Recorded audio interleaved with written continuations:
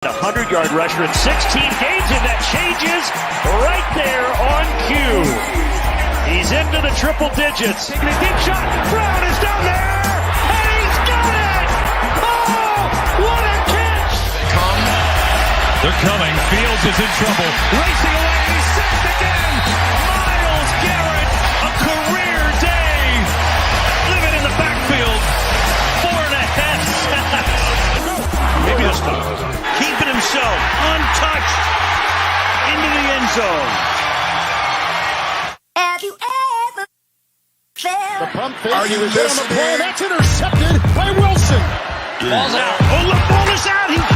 Oh, boy. The whole way. Pressure coming. Mayfield able to get away, and now he'll uncork it for the end zone. Ball in the air, and it's caught. It's caught. Donovan Peoples-Jones. Baker's prayer is answered. Welcome to another edition of the AFC North Talk. Thank you, everybody, for being here. By the way, yes, we are one co-host down. He sent everything, so don't worry, Browns fan. Everything is here. By the way, don't forget, Super Chats is the way for you to get your questions answered, your comments highlighted, and obviously, derail the show, which I know y'all love. And by the way, Mary, while she started right away there with a $4.99 Super Chat. Pre-show Super Chat. Appreciate that. Pre-show. By the way, before we get started, and now that we've seen this intro a lot of times now, we got the new intro going. The more I watch it, the more convinced, I don't know if I've said this on the show already, maybe I've said it, the more convinced I am that when Devin Bush picks up that fumble after TJ Watt trip sack, I'm convinced, and watch it again on the outro. I think Devin Bush forgot which way to go for a split second. I think there's a split second, Devin Bush forgets which way to go, and then figures it out, and okay, he turns the other way. Every time I watch it, I get more convinced. It was nearly a Jim Marshall situation. Yeah, well, that would have just been amazing. I can't. The CSP again. I stopped watching ESPN a long time ago, but the CSPN still does the Friday whatever it was, like bloopers from people in sports. I don't. I mean, I know they do the "You Got Moss" thing. That's all I know. No. This is Friday Funny. So it's like more not so top 10. Oh yeah, the not so top 10. Yeah. They probably do. Okay. Anyway. Again, welcome. Today's going to be a probably shorter show. We only have 2 games here. Unless, again, derails always can happen. And they're always fun. Okay, so let's start right away. Q's not here. We have a video of Q. So we're going to just put Q's video. We all got to listen. We haven't listened to it. And then we can comment. And we're going to comment both games. Okay? You guys ready? Let's do it. North Talk fans, unfortunately this week, due to a prior engagement before we moved the show to Friday, I can't be here for this one, but I will be here in spirit, be here in pre-recorded video form, and be here to give you my predictions for this week being Brown Steelers week. I can't help myself, right? But we're going to start by talking about the first game, which is the Bengals and the Lions. I mean, not the Lions, yes. Not the Lions. It's the Lions of the Close AFC. enough. The Jets. So, when it comes to this game, obviously, and this is not like concern trolling, but obviously, if the Bengals do not win this game, that is an issue, right? You have a Bengals team that is hung in there with Green Bay, beat down Baltimore last week, and then, has like an inexplicable loss to like the Bears and the Vikings. Well, no, they didn't lose to the Vikings. I think they actually did beat the Vikings. But nonetheless, it would be a very weird thing for them to drop this game. So I don't anticipate that they're going to drop this game. I think this is going to be a game where they handle business, much like they did in the previous weeks. Bengals are going to keep roaring on here up until they play the Browns. And, Baker Mayfield's back. So we'll see what they have at that point. But, yeah, the Cincinnati Bengals, this is going to be the put them in the dirt special of the week. It's going to be a blowout, beat down, all that. Bengals hype is going to be reaching a mass point of hysteria here. Bengal fans going to be wilding in chat. Now let's talk about the Cleveland Browns and the Pittsburgh Steelers. Now, it's been quite a while since these two teams has faced off.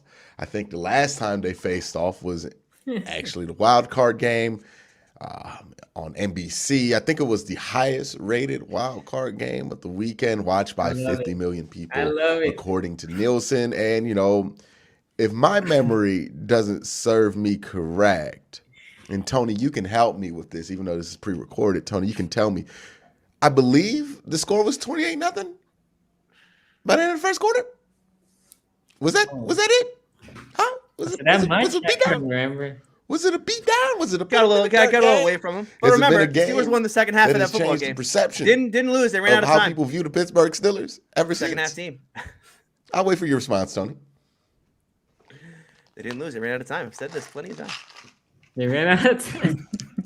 They won the second half of that game. Look at the box score. You need an extra quarter. Yeah, I know. It's only one win, right, Tony? But, you know, at the end of the day, this is the first time these two teams are matching up.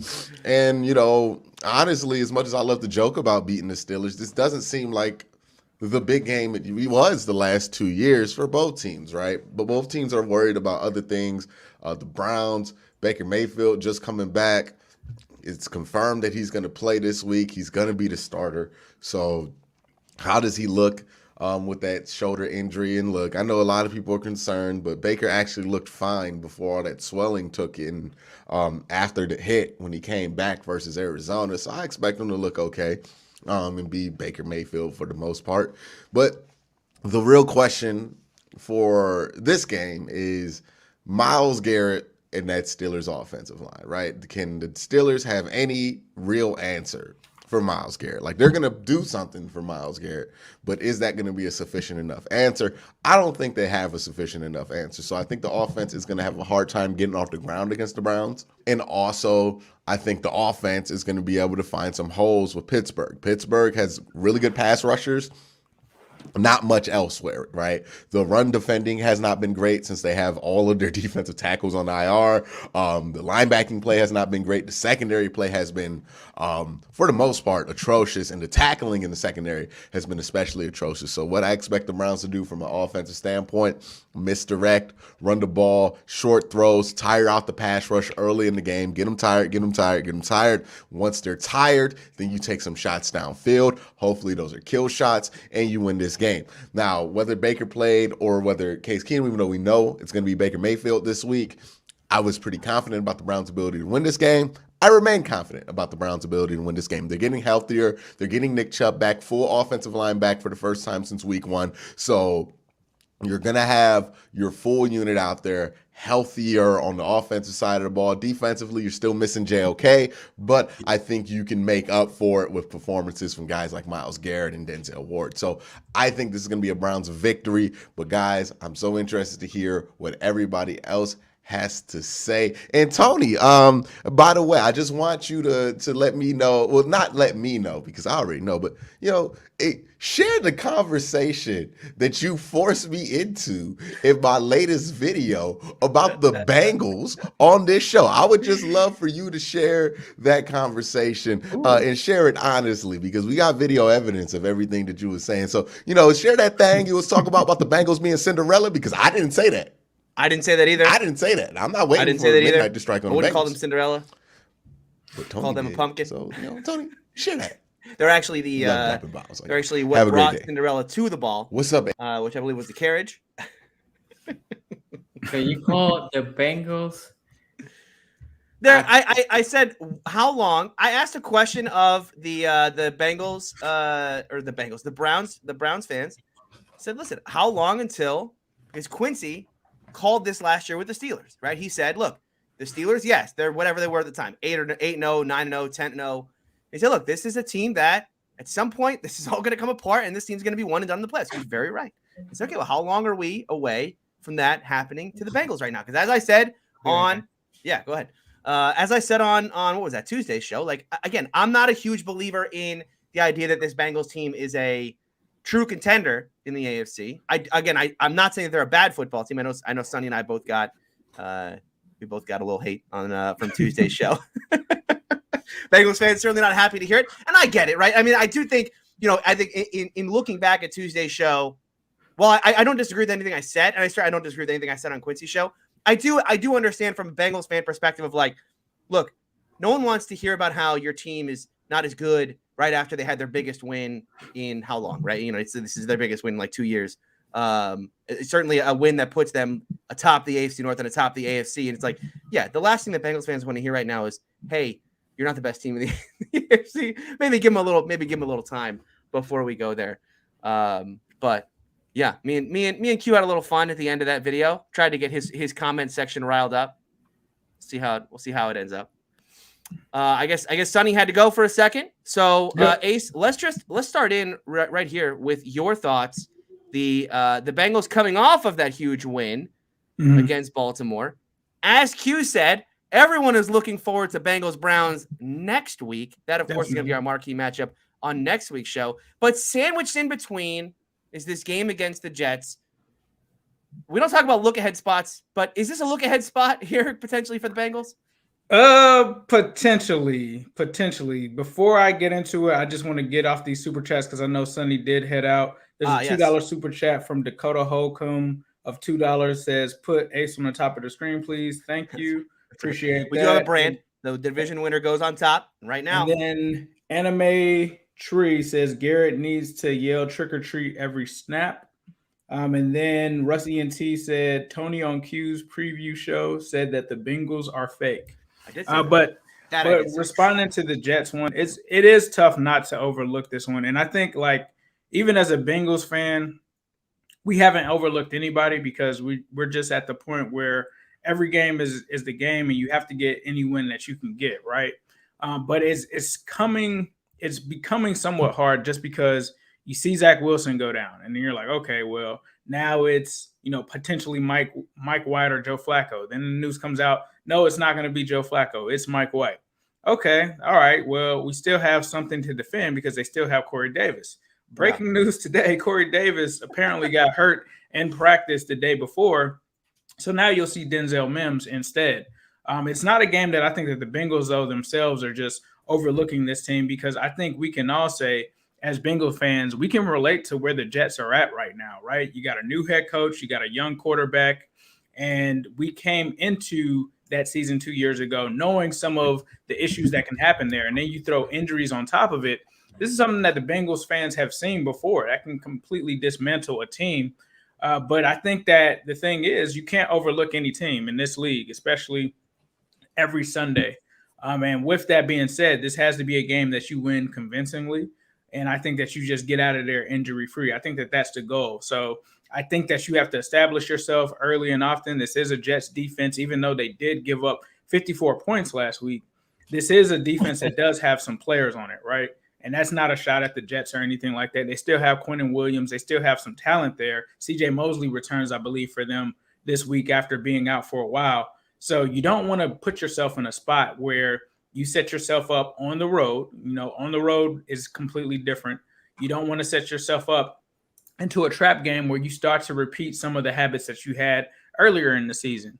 And when I say that, I mean the Bengals getting off to a slow start. It's no secret that they've gotten off to slow starts for the most part in the majority of these games this season. And that's something that they're going to have to improve upon. Now, I will say that Zach Taylor and his staff, I think last week and the week prior to that, and probably more so last week, you actually kind of saw some of those scripted plays that he kind of utilized that were more effective than they have been in the past. And I would continue to hope that we see that. But this needs to be a game just from the top to bottom that you just come out decisive for, come out healthy, and look forward to next week. I don't know if you. We had 3 the super chats already. We did the first 3. Is this one of the ones the green one from Mike Gibson? Yeah, Mike Gibson. I think is the next one we got to get to. My bad. You're good. So we did Russ. Yep. Okay, here we go. I think how the Bengals play the Jets will speak volumes. If they play them like the Jacks, no bueno, who they? And then Speedy Bird says, what lines do you all like in both games this weekend? Tony, what is the line for this game? All right. Well, I'm you know what? And when I started this in week 1, thank you for this question. I kind of thought, maybe we'll get a little more gambling atmosphere around these preview show. And here we are. It took us 9 weeks, but we're there. Glad you asked. What is the line for line? Bengals and Jets? Well, it's this game when it opened, and this is the early line, but when it opened, it was Jets -1. Now, obviously, that all changed once the Bengals beat the Ravens. That was pre-game. Yeah, that changed, and now it is anywhere, but you can either get, well, actually, it's a wide line here. You can get either 10.5, 11, or 11.5. I'll take it. Depending on where you go. Over/under in this game at either 42.5 or 43. That I'm not so sure. lower scoring game. Although I think this is more a belief that this Bengals defense is not going to allow Mike White to throw up big numbers. Joe Flacco. No, it's not Joe Flacco. No, it's not Joe Flacco. Yeah, it's Mike White. So they're gonna lose even by more. The one thing I will say about Mike White, when I was watching the All-22, he came in and threw a touchdown. So I was kind of shocked, especially just seeing the 54. I thought that he just played abysmal, and maybe it was after the touchdown. But he threw a pretty nice touchdown to Corey Davis when he first came in. Okay. I'm going to take this super chat, Tony, and then I'll let you respond. And then I'll talk about the Jets game, okay? Tony, our problem is calling explosive plays fluky. Modern offenses stay so consistent by generating those plays often, not 12 play drives every time. Go ahead. But and I'll look this up again, but I brought this up. It was drive success rate that I was most worried about, right? I mean, when you have a team that is one of the worst in the league at 3 and outs, but then one of the best in the league at Football Outsiders changes their design of their site probably every time I go to the site. My issue here is that it's the number of 3 and outs, right? It's the lack of consistency at being able to move the football for that Bengals, right? It's why this Bengals team is top of the league by far in explosive plays and touchdowns off of explosive plays. But when you look at their pure efficiency numbers, so we'll talk about Football Outsiders and their offensive DVOA, which takes their EPA per play and then opponent adjust that. They're middle of the league right now. They've been trending up, and I'll give them credit because they started very, very low in the league. They were in the 20s, and I think they moved their way up into the teens now, maybe not the higher teens. So they are getting better offensively. But again, my issue here is that all the games that you talk about, right? They're most impressive games of the season. Let's talk about that game against the Steelers. They were 7-7 in that game. They got a long touchdown to Jamar Chase along the sideline. That Packers game, that game was 16-7. They get that long Jamar Chase play, which, and this is where I bring up the flukiness. I mean, that play probably should have been intercepted, but okay, like they got it. It's a great play to Jamar Chase down the sideline, touchdown. And then again, this Ravens game, boy, did they now. And Ace talked about this on Tuesday's show. He showed how they designed up some of those big plays. I do think, though, the missed tackles and everything with the Ravens and that Jamar Chase play. Again, I am very much a believer now in having watched how this Steeler team has evolved over the last 2 years, that what I want, like the teams that I'm going to believe in are teams that are built to do things consistently. Turning the ball over, as the Steelers have done over the last years, is not something you can build a team around. You can't build a team around saying, we are going to get turnovers. Right, you can try to get turnovers. You can try to create turnovers, but you can't just win games because you create turnovers all the time. Because at some point, that's going to stop. There's turnover luck in the National Football League. That's going to stop, and you have to have something else to ride on. The Steelers didn't have that last year, and that's why that team fell apart. And I think for the Bengals this year, again, what I want to see out of them, and what's going to make me become a believer in this team in the long run, is not to say that, they're stopping Jamar Chase, the 80-yard touchdowns, but just more consistency within that in being able to do what they did last week against the Ravens. I mean, again, that wasn't just one big play from Jamar Chase. That was multiple, and that was designed up big plays. And if they can continue to do that, if they can continue to be more consistent early on in football games, offensively, moving the football on a per-play basis, then, yeah, I'll start to buy into this Bengals team. But right now, again, I'm more trepidatious, and I'm more on the side of, I think, when teams start to figure out, like, hey, let's just kind of limit the explosiveness here. Let's maybe sit more too high, try to limit the explosiveness of this offense and make them beat us bit by bit. I'm interested to see when defenses make that adjustment, what happens to this Bengals offense. I mean, that's a fair point. But Tony, you mentioned 2 games, the Green Bay game and the Baltimore game. And you know what the difference was in those games? How many times was Jamar Chase targeted in both of those games in comparison to all of the other games this season? He was targeted 10 times in both of those games. Mm-hmm. Before that, see, Bengals fans know this. Jamar Chase wasn't getting targets like that to start the season. So, yes, he did have some amazing games, but everybody kept saying they need to target Jamar Chase more.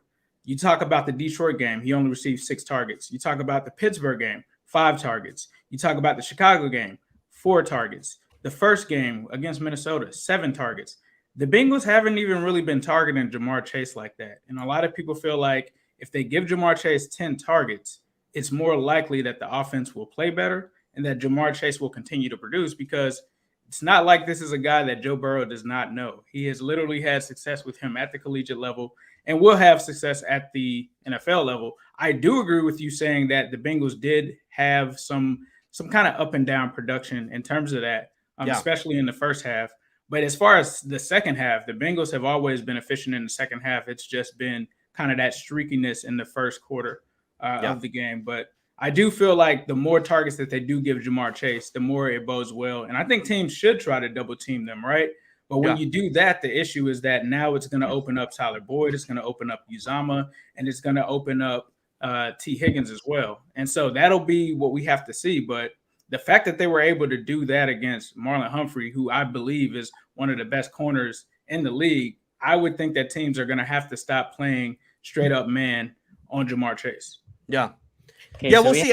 That was brought up on Tuesday's show of hey, if teams do start to play this more too high and especially rolling coverage towards Jamar's side, that's why they have Tyler Boyd in that roster. That's why they have T. Higgins. That's going to open up things that way. And you might be able to get the level of big plays, but not necessarily out of Jamar, but out of guys like T. Higgins, who we saw have, plenty of big plays last year. So, and then the other thing I want to touch on just real quick, the Bengals defense is legit. I mean, that is a legitimately good defense. They are going to continue to be good.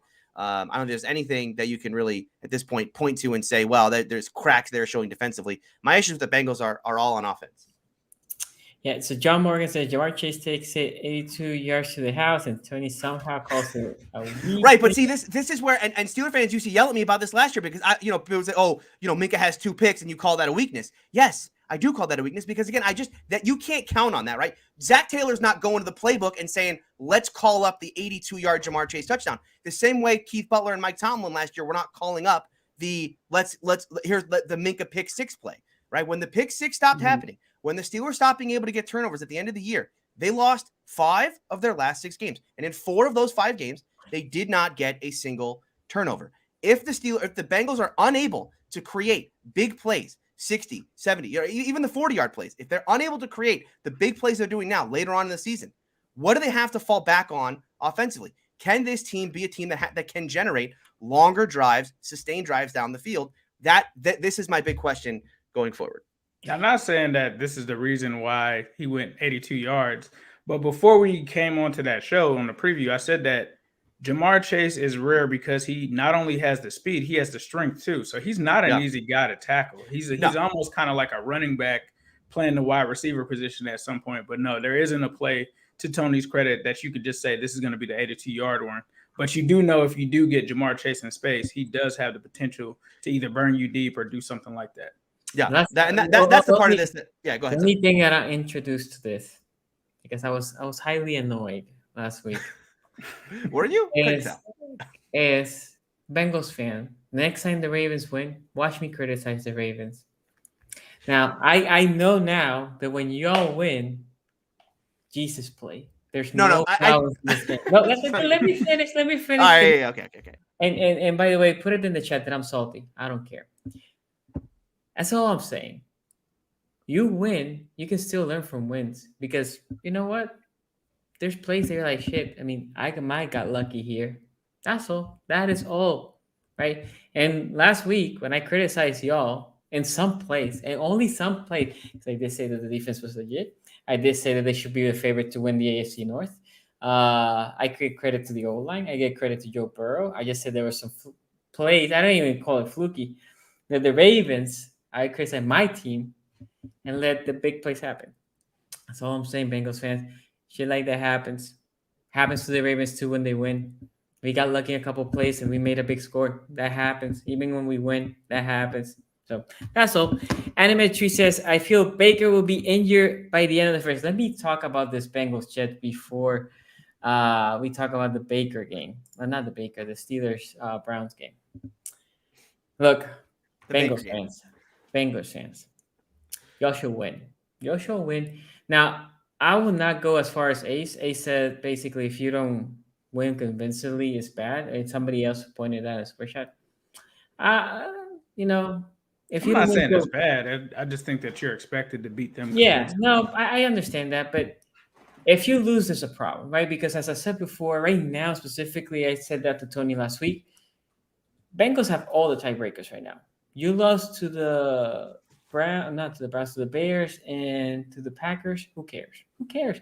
Those two teams make it's like the last tiebreaker, right? Common opponents.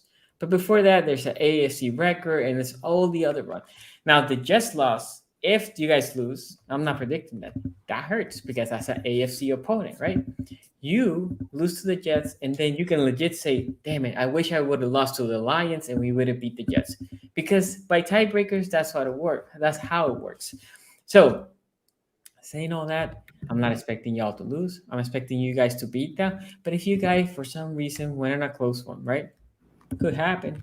I mean, it happened against the Jaguars. It's still a win. And you take it and move on. You learn from whatever mistakes you made, and you learn and you move on.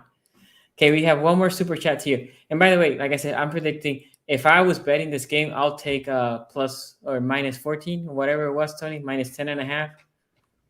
Yeah, it's you can get it anywhere between 10.5 and 11.5, depending on what side you want. I'll give the points and take the Bengals minus 11. The Bengals should win by 2 touchdowns. Well, you can have 10.5. You don't even have to go to 11. Give Yeah. yourself 10.5. Take less. Steelers Nation 412 says if the Jets will somehow beat the Bengals, can we all agree that record is?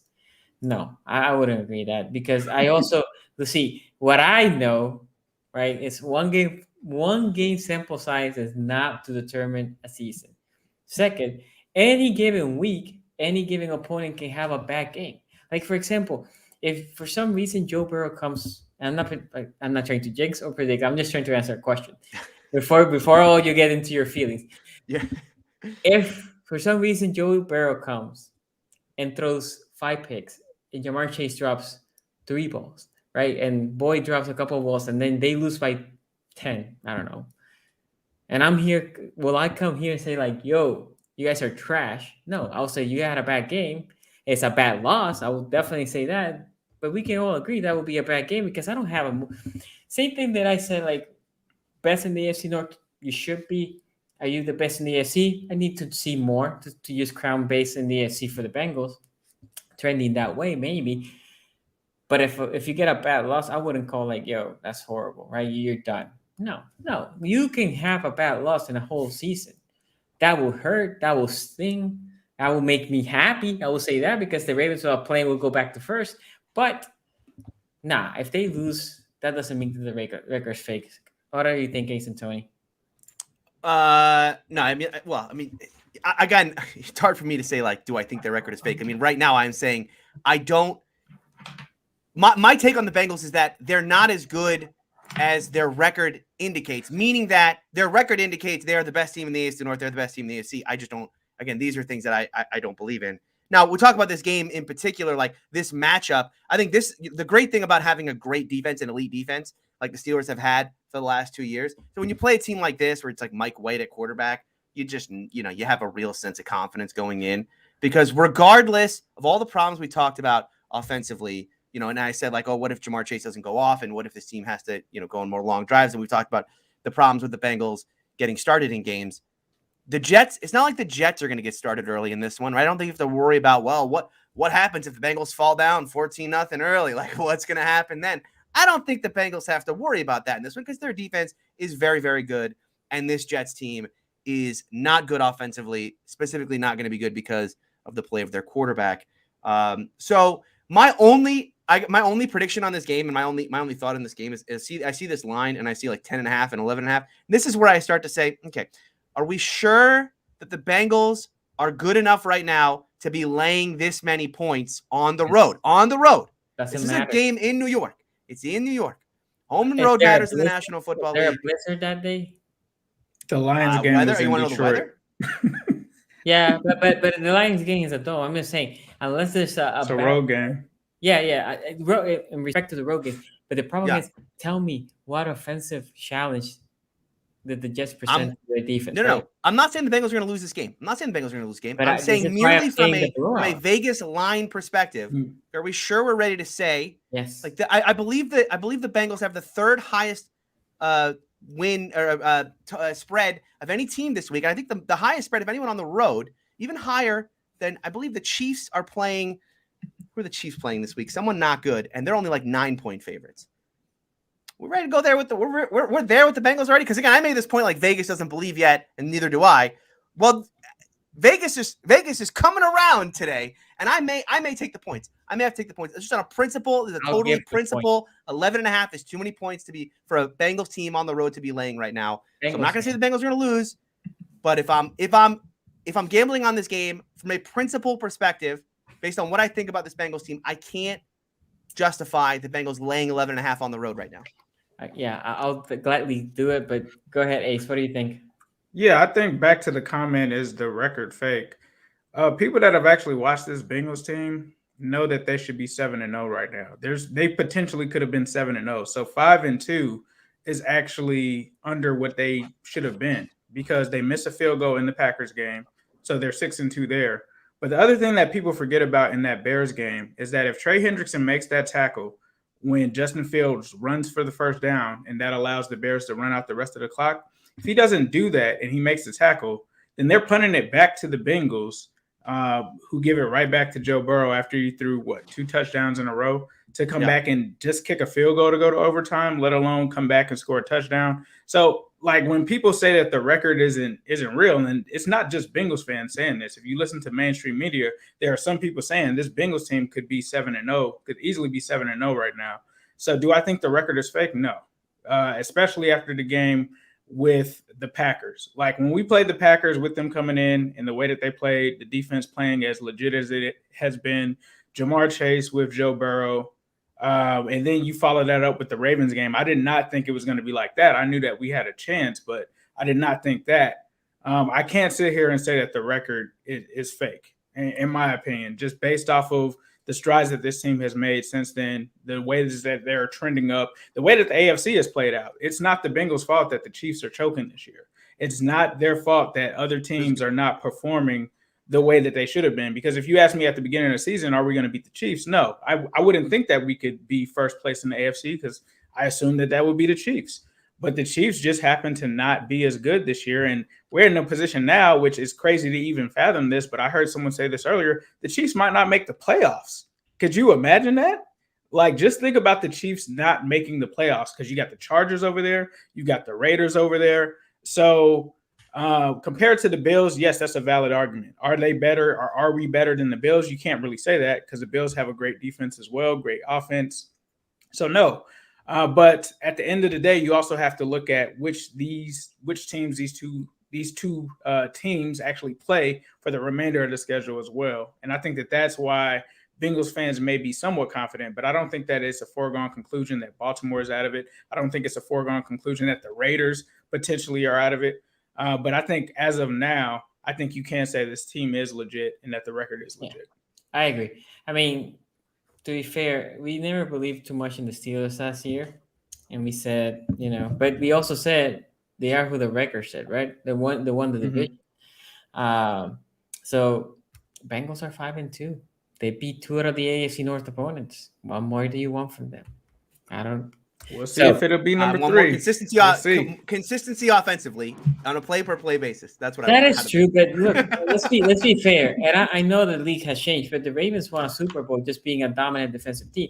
And you can argue. Years ago. I know, but you can argue that the Buccaneers, and I'm not even saying that the Bengals offense is bad, but the Buccaneers last year in the playoffs, they were just a strong defensive team. Their offense was good, but it wasn't like a power offense. When you go to the numbers, their defense was just lights out. I'm just saying. The other key is health as well. We've been healthy. We've been one of the most healthy teams in the NFL as well.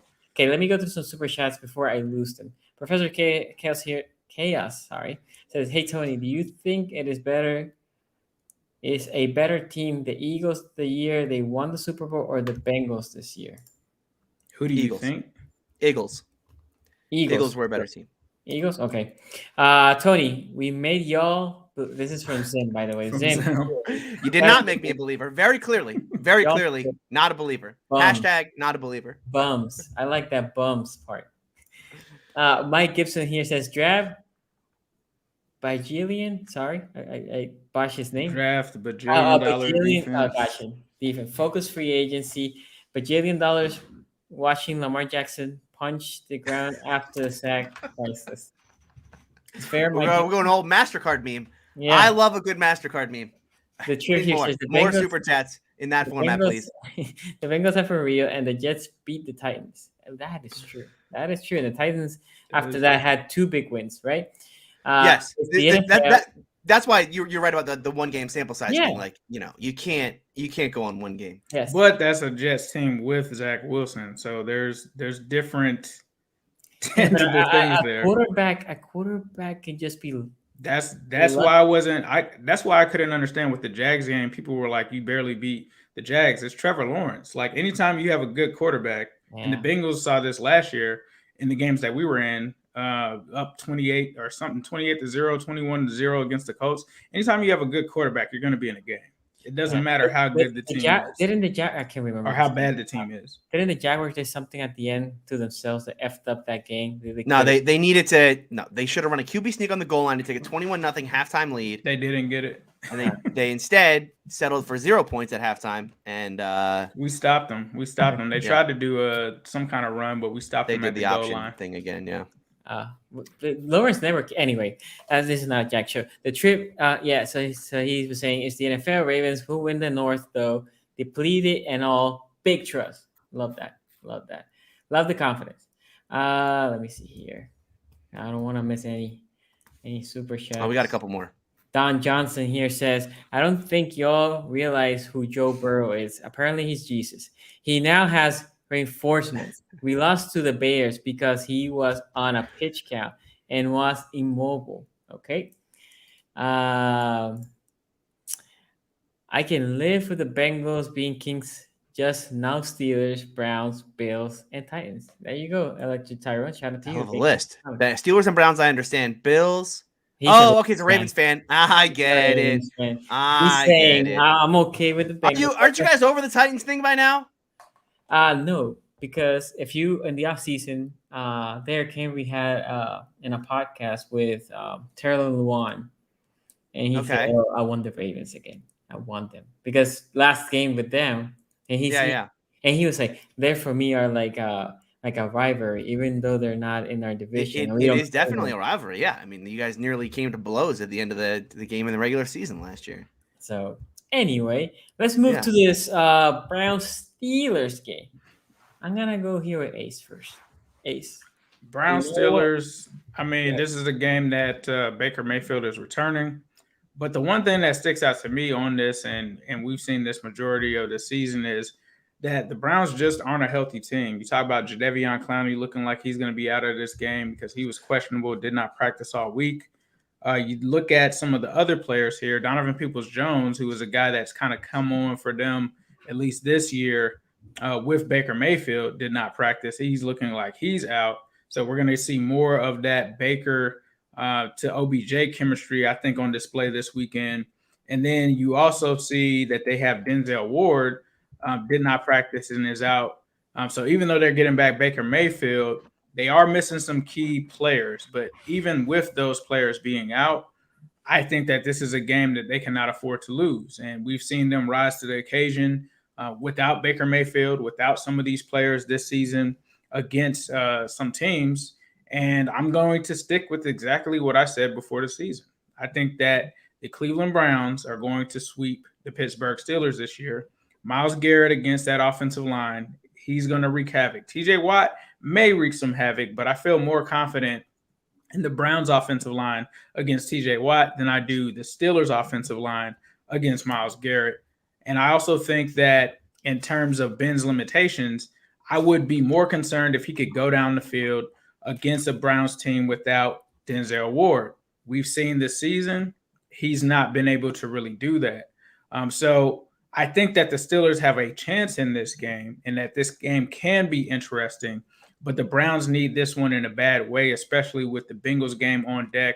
And the Steelers team, they have had 2 solid wins against lesser teams when you talk about the Seahawks and you talk about the Broncos. But this is the Browns. And so they are a way better team. Even with all of the injuries that they have, they're a way more formative team. And they also have Nick Chubb back. So I think that this is a game that the Cleveland Browns end up winning. So I'm going to stick with my original pick, especially with Baker Mayfield. Now, if Case Keenum was in this game, I might tip Steelers. But the fact that Baker is back with Nick Chubb, with the rest of this offense, I think that they will end up pulling out the victory here. Okay. Tony, I'm going to leave you last because obviously you had stake in this game. Look, let's think about this for a moment. If on paper or before the game is played, especially both teams healthy, in my opinion, and I reflected this in this pregame or preseason standing, Browns are a better team. Now, for you Steelers, if you think you have any chance of saving the season, any chance, you can't lose this game. Why? Right now you're 3-3, correct, Tony? 3-3. Yep. So you will go to sub 500, and you'll be like, yeah, sub 500 still, fairly early in the season, but now you're 0-2 in the division, right? Not good. Below 5, 0-2 in the division, and not playing well. That's all part of it, right? Now, for the Browns on the other side, you don't want to lose this this game because this game is an AFC North opponent, right? And in theory, if we're being realistic and ranking this division right now, you would think as the Steelers as the lesser of the 4. So if you think there's that what is the easiest victory right now, should be the Steelers. Not only that, where's this game played, Tony? Cleveland. You're in Cleveland. So as a Browns team, even with Baker hurt, you need to win this game. Now, that being said, let's talk about the actual game. If you're Steelers, your game plan should be, we need to hit Baker. I'm not talking about getting the guy hurt, but you want to test that shoulder. You want to test the shoulder. Let's be honest. I'm not talking about getting him hurt. However, you test the shoulder. You want to essentially what you want is you're going to sack Baker and you're going to see if he can play or not. Right. Which arm are you trying to hit, Sonny? Like when you're trying to sack him, is there a part of the body you're aiming for, or just a general? No, you're gonna hit the quarterback. This is true for any position, right? High or low, would you say? Dead middle. You're gonna legal hit, not bad hit, legal hit. You're gonna try to see if Baker can take a hit, right? If you're a Steeler, because right now, offensively, I'm very worried the Steelers cannot put points, right? So obviously, if Baker wasn't there, as Ace alluded, you're like, okay, can they put a lot of points with Keenan? Because even though the Steelers' defense is not the defense that we have gone to remember for the past couple of years, they're still a formidable defense.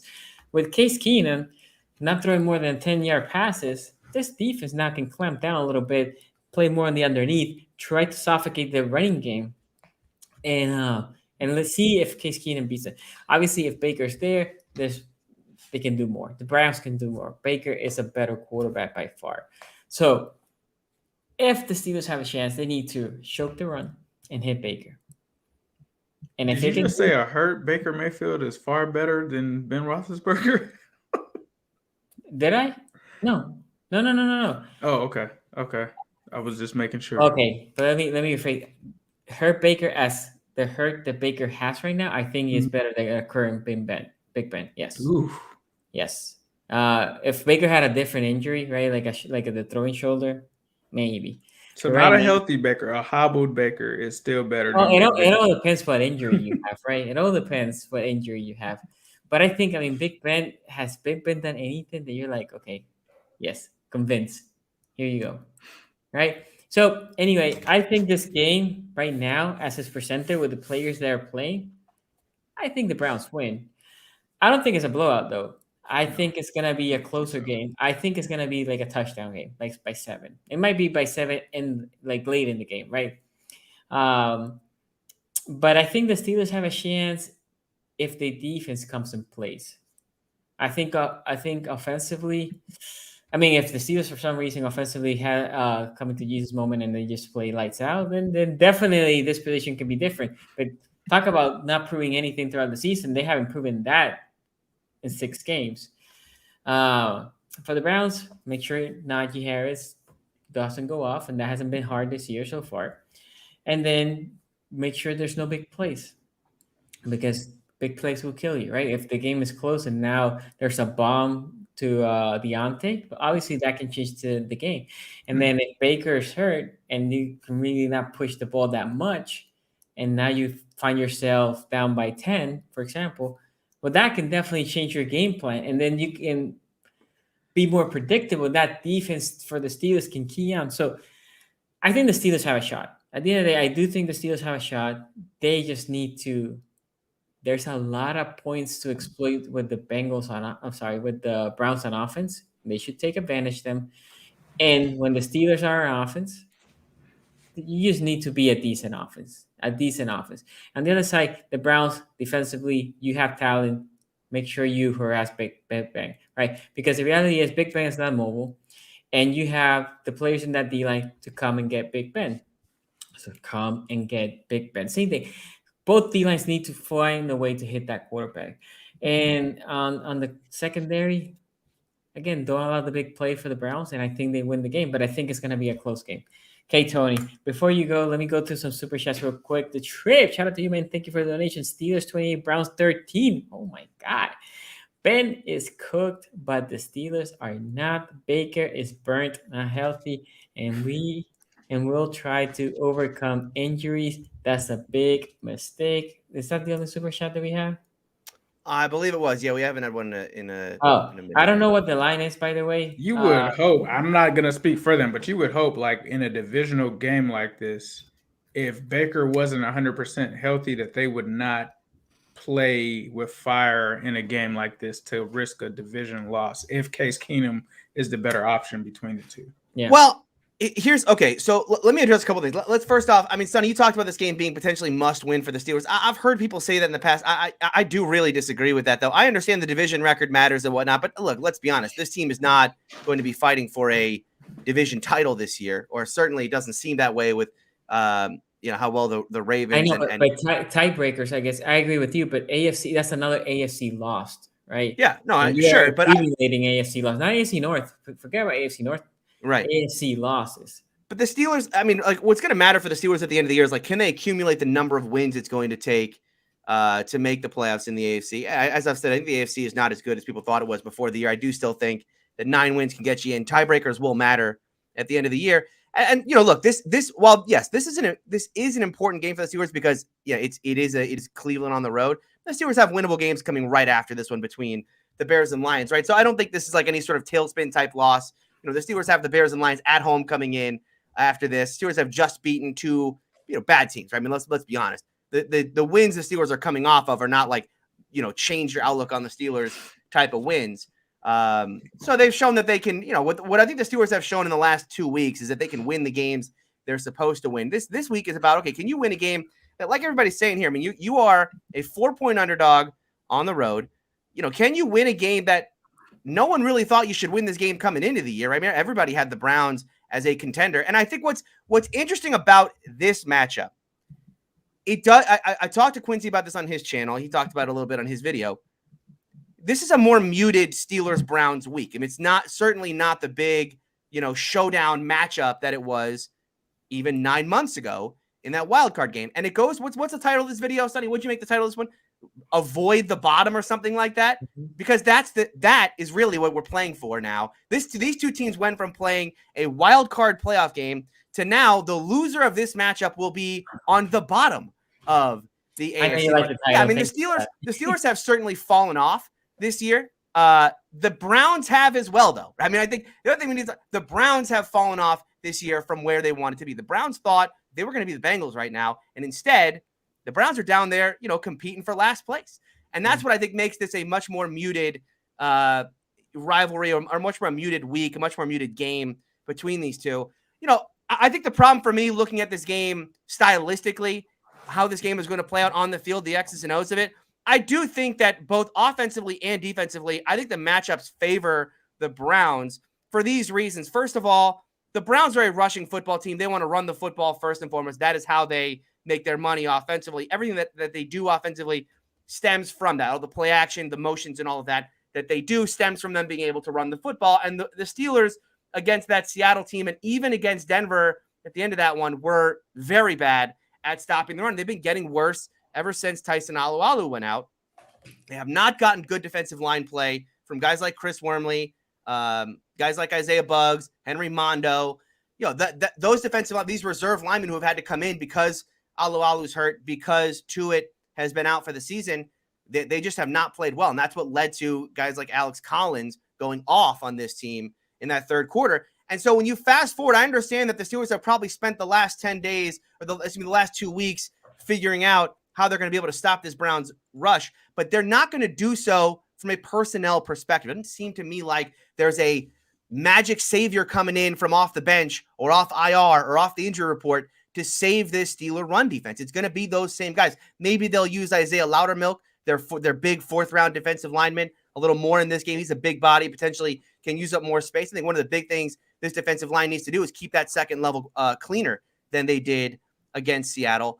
But this is a Browns team, just looking at it on paper, they should have some success running the football. And if they don't, it's going to be because likely the Steelers are going to commit to stopping that run. But when they do that, it's once again, this Browns team and well coached by Kevin Stefanski wants to beat you with play action, wants to test the discipline. If you are going to overcommit to the Browns rushing attack, well, then they're going to beat you on play action. They're going to beat you on those rollouts. They're going to get Austin Hooper out in space. They're going to get Jarvis Landry out in space. They're going to beat you that way as well. And it is going to test the discipline of that second level of this team. We talked this year about guys like Terrell Edmonds and Minkah Fitzpatrick just not playing well for this Steelers secondary. These are guys who last year did play really well. And I expected that there were going to be guys like Cam Sutton and Trey Norwood and Arthur Mollett and the new players in this secondary. Sure, I expected that those guys may take some time to get integrated. What I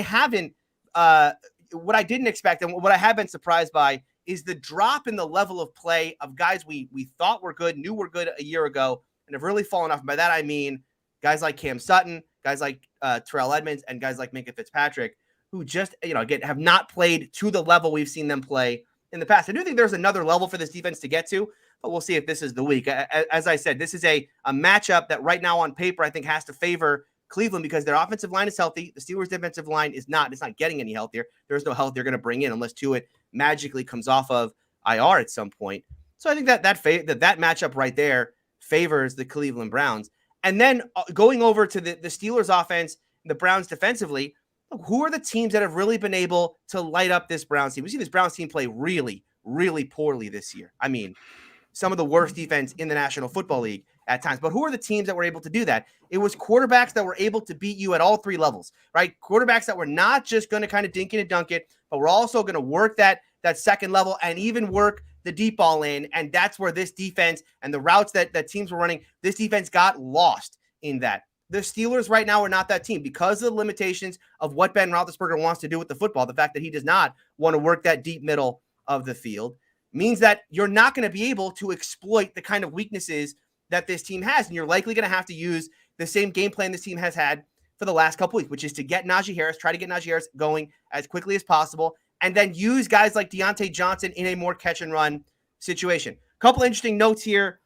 From an injury perspective, you talked about Denzel Ward going out. I do think Denzel Ward going out in this football game could be interesting because it's likely going to mean that Greedy Williams is going to have to play for a full 60 minutes, as will their rookie in Greg Newsome. Greedy Williams against Chase Claypool is a really interesting matchup to me if the Steelers can get that. I've been really critical of Chase, his ability to win 50-50 balls, but Greedy Williams throughout his career has been soft. I mean, the guy, I loved him coming out. Greedy Williams was a fantastic corner, but he's been soft in the National Football League. But here's the thing. So has Chase Claypool. So if Chase is ever going to shed this kind of, if he's ever going to become the kind of the big dominant receiver, boy, I'd love to see it in a matchup like this where he really does have an advantageous position. And then whoever's going up against Deontay right now is just going to be a mismatch. What Deontay represents is a release off the line of scrimmage, his shiftiness in his route running. I do think he's Denzel, going. Right? What's Denzel that? Ward. I would assume Denzel Ward. He's out. Denzel Ward's not playing. Oh, it's officially out. Denzel Ward is not out. playing in this football game. That's a huge loss in this game because I would have thought Denzel would have traveled with Deontay. That won't happen in this football game. The other thing to watch for is if the Steelers do elevate a wide receiver here, there has been talk that potentially either Anthony Miller or Steven Sims could come up to play the slot. I think that will be interesting because Ray McLeod right now doesn't bring a whole lot. Eric Ebron won't play in this football game. That's going to mean a lot of Pat Freiermuth. Love to see that. Not a big Ebron guy. We're in the down year for Eric Ebron. And so I'm excited to see what Freiermuth can bring at the tight end position. And one other thing to touch on here before I finish. This Melvin Ingram situation is very, very strange. I think every Steeler fan is kind of scratching their head this week. The reports are that Melvin Ingram wants to be traded because he only played 25% of the snaps against Seattle. He had played over 60% of the snaps going into that football game. I just don't understand what he thought his role was going to be on this team when TJ Watt and Alex Highsmith were healthy. He's played well. I'll give him credit. He certainly has played far better than I think anyone really expected coming in. But the number of snaps that he was going to get, were the Steelers not, either one of two things is the case. Either Tomlin and the front office weren't upfront with him and saying like Highsmith's going to be our guy when he's good to go, or he just way overestimated even his own ability or underestimated Alex Highsmith. But Ingram may not play now. He's nursing a groin injury. Maybe it's a hammy. I forget. It's either a hammy or a groin. One of those. He's just magically nursing it the week that his request for a trade comes out. If he can't go, then that's going to mean that either Zuka is going to play at edge or they're going to bring up Taco Charlton. It's going to mean that rotation at edge. The Steelers had a ton of problems in this game, in the playoff game, when Cassius Marsh had to come in after Highsmith went down. Look for that in this matchup as well. The Browns did a good job of attacking the edges that weren't TJ Watt in that playoff game. And if Ingram's not going to go in this one, the Steelers have to rely on either Derek Zuka or Taco Charlton. Once again, it's advantage Cleveland Browns. But like you guys, look, I think this game, just from a stylistic X's and O standpoint, I think this game definitely favors the Cleveland Browns. I think they're going to win this football game. But I'm like you guys, I don't think this is going to be a blowout. I don't. I think the Steelers are going to keep this close. It's 4. It's 4.5 in some places. And I think 4.5 is a great number. It's a great number. Because I think what is your score prediction, Tony? Could easily be a field goal game. Yeah, I mean, I'll predict something like, if I would predict something like 20-17, and I'll say 20-17 Steelers because again, if you're going to take 4 points, you think your team can win. So I'll say 20-17 Steelers. I think a low scoring game. And then the other thing, one other thing here. I know I've gone like super long. This Myles Garrett thing. Myles Garrett hitting Ben Roethlisberger is not going to be the problem. It was not the problem last year. Myles Garrett had 1 sack in the 3 matchup these two teams played a year ago. 1 sack in 3 games. What Myles Garrett did, though, is he forced the Steelers to have to roll the protection his way, to use different guys. And then he was, that defensive line did a great job of getting their hands on the football. Tipped passes was a much, much bigger part of what that defensive line did well than hitting Ben Roethlisberger in any of those matchups. If this team is going to go with this short passing style and that defensive line can be as good as it was last year, getting their hands on the football and forcing turnover, then this is going to be a big Browns win. But that, to me, with the Myles Garrett situation, I'd say slow up a little bit on the hey, he's going to be in Ben's grill all day. Much more about him. He's got the reach of him and Clowney and all those guys is much more of a problem for me. Okay, Professor Chaos here says, remember, Stomp will not be there. But you know who is playing? Baker Mayfield and his favorite wide receiver, so important to what they do offensively, Odell, baby. The Baker-Odell connection will be there. Really looking forward to those and what they do on Sunday. Hey, man, you say that, and then he makes the catch again with you. Go. Listen, I don't think it can be jinxed at this point. Okay, guys. So there you have it. That's our prediction. Today was lighter show. Only 2 games. But remember, we come Tuesday reviewing the games. And obviously next Friday, remember, we're switching the game or the. Don't miss that one. Thursday. Do not miss next Friday. Oh, next Friday. Next Friday's going to be good. Hit that notification bell. Make sure you subscribe. Hit the bell. Also follow us on Twitter. We're 50 followers from 1,000. We thank you. We made the 60,000 followers on YouTube. And last but not least, there's some 6,000. Sorry. And last but not least, there's some things that we're working on the background right now, and we're excited to present. Big news coming. Big news coming to AFC North Talk. Stay tuned. So we appreciate y'all. Thank you for being here with us, and we will see you next time. Check out. Have you ever The pump fake. Are you He was hit on the listening? play. That's intercepted by Wilson. Ball's out. Oh, look, ball is out. Oh, boy. The whole way. Pressure coming. Mayfield able to get away, and now he'll uncork it for the end zone. Ball in